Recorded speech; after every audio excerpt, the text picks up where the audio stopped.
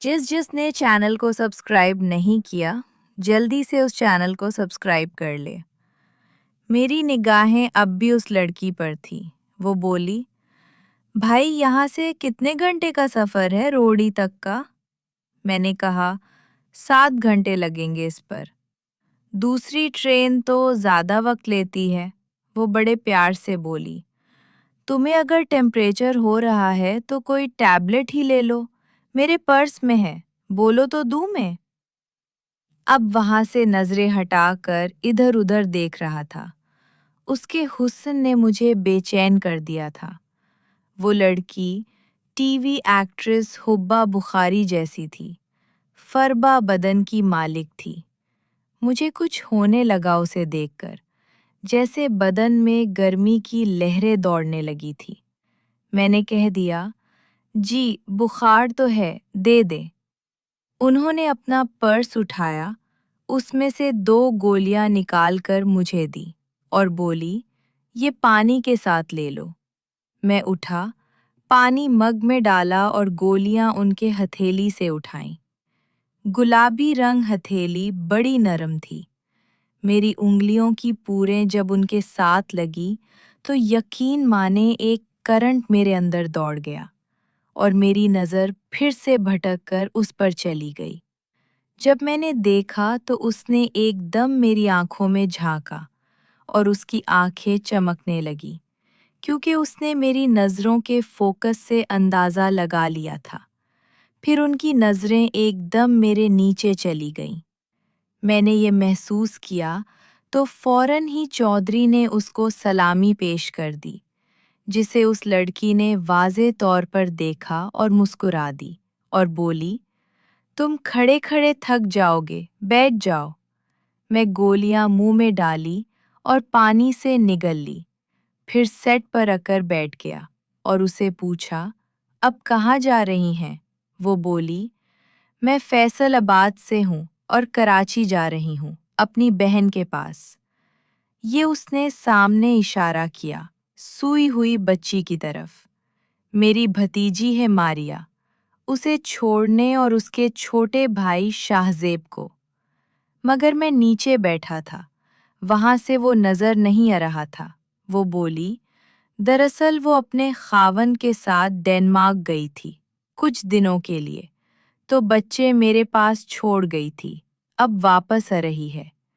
मैंने उसके चे की तरफ देखा तो मुझे झटका लगा।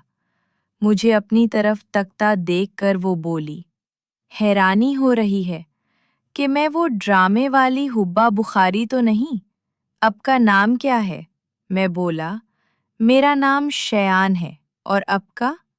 तो वो बोली, मेरा नाम गुलमेना है, मैं मेडिकल स्टूडेंट हूँ। पिछले ही माह मेरी शादी हुई है। फिर हंस पड़ी और दाएं अक को हल्का सा दबाते हुए बोली, हाँ हुब्बा बुखारी तो नहीं हूँ, मगर इससे कम भी नहीं हूँ। मैं बेसाख्ता बोला, अरे मैडम वो तो कुछ भी नहीं, अब के सामने अब तो बेहद भरपूर हसन की मालिक हैं। मेरी बात सुनकर वो खुल उठी। इधर मुझे कुछ हो रहा था, इधर सामने बैठी वो अपनी बिजली मुझ पर गिरा रही थी। मन कर रहा था कि अभी उसको साथ लगा लूं, मगर मैं बेबस था। मैं सोच रहा था कैसे इब्तदा करूं। इतने में गुलमेना ने अपनी टांगे सीधे करते हुए कहा, अगर तुम्हें बुरा ना लगे तो मैं अपनी टांगे आगे कर लूं, क्योंकि मुझसे ऐसे नहीं बैठा जाता। ज्यादा देर तक उनकी ये बात सुनकर मैं खुश हो गया। मुझे काम बनता दिखाई दे रहा था। मैं फुट से बोला, अरे अब लेट जाएं, मैं ऊपर चला जाता हूँ। वो मुझे झुकती हुई बोली, नहीं, बस जब तक पैर ना दबाऊं मुझे नींद नहीं होती और आज मजबूरी है। मैं बोला, तो क्या हुआ, मैं हूं ना लाई, मैं दबा देता हूँ। मैं दिल ही दिल में खुश हो रहा था कि चलो इसी बहाने कुछ तो मिलेगा। उसने चंद लम्हे कुछ सोचा और फिर अपनी टांग उठाकर मेरी गोद में रख दी। उस पाँव की एड़ी ऐन मेरे ऊपर थी, तो गुलमेना को भी नज़ाकत का एहसास हुआ और मेरे अंदर अग भड़क उठी। वो बोली, شان، یہ کیا چب رہا ہے میرے پاؤں کو؟ اس کی بات سن کر میں گھبرا کر بولا، وہ گلمینا کچھ نہیں، بس اصل میں سردی کی وجہ سے جسم درد کر رہا ہے۔ وہ معنی خیز انداز میں میری طرف گھورتے ہوئے بولی، مجھے لگتا ہے تمہیں دبانا پڑے گا۔ میں جلدی سے بولا، نہیں، ایسی کوئی بات نہیں ہے، میں اب کی ٹانگیں دبا رہا ہوں نا۔ وہ خود کو سمیٹتے ہوئے بولی، تم گھبرا کیوں رہے ہو؟ دیکھو، تم بھی مسافر ہو اور ہم بھی۔ اگر ہم ایک دوسرے کی مدد نہیں کریں گے تو سفر کیسے کٹے گا؟ تم نے بولا، نہیں، کیا کرتے ہو؟ تم ایزی ہو جاؤ۔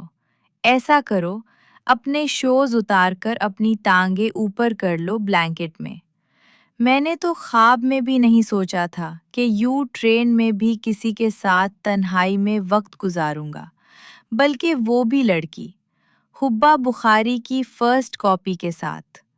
میں جھکا اور اپنے شوز اترتے ہوئے بولا، ویسے ایک بات تو طے ہے مینا جی، خدا جتنا اب کو ظاہری حسن سے نوازا ہے، اتنا ہی اب کو اندر سے بھی خوبصورت بنایا ہے۔ میرا مطلب ہے ہمدردی کرنے والی نیچر ہے اب کی۔ وہ میری بات سن کر مسکرائی۔ اف، کیا دلکش ہونٹ تھے! میں اب بھی جب اس کا تصور کرتا ہوں تو من کے ساتھ ساتھ میرا دل بھی مچل جاتا ہے۔ دوستو، میں نے کافی برید لڑکیوں اور انٹیوں سے ملاقات کی تھی، مگر یہ والی عورت میرے سامنے بیٹھی تھی۔ انجن کی سیٹی بج رہی تھی، قاتلانہ مسکراہٹ کے ساتھ معنی خیز انداز میں مجھے کھور رہی تھی۔ ان کی بات ہی کچھ الگ تھی۔ مجھ سے خود کو قابو میں رکھنا مشکل ہو رہا تھا۔ میں بس گلمینا کو دیکھے جا رہا تھا۔ اس نے میری آنکھوں کی تپش کو محسوس کر لیا تھا، بلکہ اس تلش کو قبول کرتے ہوئے خود بھی تپ گئی۔ پھر وہ مسکراتے ہوئے خمار الوداع لہجے میں بولی، شان، ٹانگیں دراز کرو۔ اس کی بات سنتے ہی میں کسی معمول کی طرح ان کا حکم ماننے لگا، جیسے کہ میں ان کی ٹرانس میں چلا گیا ہوں۔ میں نے ٹانگوں کو سامنے کی طرف لمبا کر دیا۔ میں نے ساکس پہنے تھے۔ اس نے کمبل کے اندر سے اپنے دائیں ہاتھ سے میرے بائیں پاؤں کو پکڑ کر دھیرے سے دبایا۔ اف، میں بتا نہیں سکتا کتنے نرم اور ملائی جیسے ہاتھ تھے۔ اس کے میری رگوں میں دوڑتا خون کھولنے لگا۔ ادھر گلمینا اب میری پنڈلی دبا رہی تھی۔ وہ جیسے جیسے دبا رہی تھی، ویسے ویسے میری بے چینی میں اضافہ ہوتا جا رہا تھا۔ سمجھ تو میں بھی چکا تھا کہ گیم شروع ہو چکی ہے، مگر میں بھی ایک ماہر کھلاڑی تھا۔ اس گیم کا اناڑی نہیں تھا کہ پہل کر دیتا، جبکہ گلمینا بھی کافی ماہر تھی۔ اس کے ہاتھوں کی نرمی میرے اندر بے چینی بھر رہی تھی، اور دباتے دباتے اس کے ہاتھ جیسے ہی اگے آئے تو ہم دونوں نے ایک دوسرے کی آنکھوں میں دیکھا۔ بس، اب میری برداشت ختم ہو گئی تھی۔ میں نے اسے کھینچ کر اپنے ساتھ لگا لیا اور اس سے باتیں کرنے لگا، اور وہ بھی میری باتوں کا جواب دینے لگی۔ پتہ نہیں اس سے باتیں کر کر میں کون سی دنیا میں پہنچ گیا تھا۔ ایسی دنیا میں نے پہلے کبھی نہیں دیکھی تھی۔ اب میں اس پر اپنا جادو کر رہا تھا، تو وہ بولی، اچھا، چلو پہلے دروازہ لاک کرو۔ تو مجھے یاد آیا، دل تو میرا نہیں کر رہا تھا اسے چھوڑنے کا۔ خیر، میں اٹھا اور دروازہ لاک کیا۔ ملت ایکسپریس رات کی تاریکی میں سرپٹ اپنی منزل کی جانب دوڑے جا رہی تھی، اور ٹرین کی آواز اب مجھے بہت اچھی لگ رہی تھی۔ جیسے ہی میں دروازہ لاک کر کے آیا تو دیکھا گلمینا بے پردہ تھی۔ وہ واقعی میدے سے بنی تھی، بہت ہی خوبصورت۔ ایسی خوبصورت لڑکی یا عورت میں نے پہلے کبھی نہیں دیکھی تھی۔ وہ غلاب کی طرح خوبصورت تھی۔ میں نے آگے بڑھ کر اسے ساتھ لگا لیا تو میرے سینے میں ایسا محسوس ہوا جیسے ٹھنڈ پڑ گئی ہو۔ गुलमीना बहुत मस्ती वाली नज़रों से मेरी आंखों में देख रही थी और फिर उसने अपने हाथ से जैसे ही मुझ पर जादू किया तो मुझे कुछ होने लगा और मस्ती करते हुए बोली, श्यान, तुम इस उम्र में भी काफ़ी जानदार मर्द लगते हो, लेकिन देखते हैं कि अब तुम कितनी देर मुझसे बातें करते हो। मैंने मुस्कुराकर कहा, श्यान कभी धोखा नहीं देता, और फिर मैंने उसको साथ लगा लिया। कुछ देर के बाद वो खिड़की की तरफ मुंह करके खड़ी हो गई और बाहर का नज़ारा देखने लगी। लेकिन जो मैं देख रहा था वो शायद किस्मत वालों को ही नसीब होता है, और मैं उसको मनाने लगा। गुलमेना की मोहब्बत भरी बातें मेरे अंदर बिजली भर रही थी, और फिर मुझे पता नहीं क्या हुआ, मैं किसी दूसरी दुनिया में पहुंच गया और गुलमेना को खड़ा कर कर अपने साथ लगा लिया। वो मुझे कुछ कह रही थी, लेकिन सुनने के बावजूद भी मैं कुछ नहीं समझ रहा था। और फिर उसको सर्दी लगने लगी और वो काँपने लगी। वो ऐसे काँप रही थी जैसे उसे बहुत सर्दी लग रही हो। मैंने उसे कुछ देर अपने साथ लगाए रखा और फिर सेट पर लिटा दिया।